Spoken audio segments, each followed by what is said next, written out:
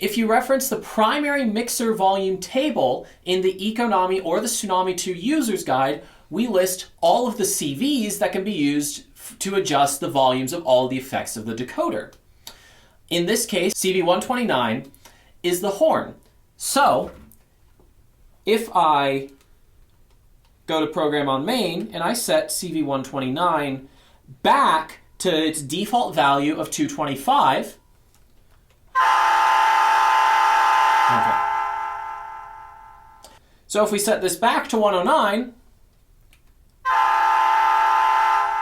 you can hear that once again, it is back to the volume we set it using the Blunami app.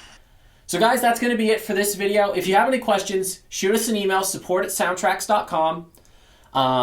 Also be sure to reference our user's guides. All of the information I've been talking about today, how to configure the mixers, it's all contained right there in the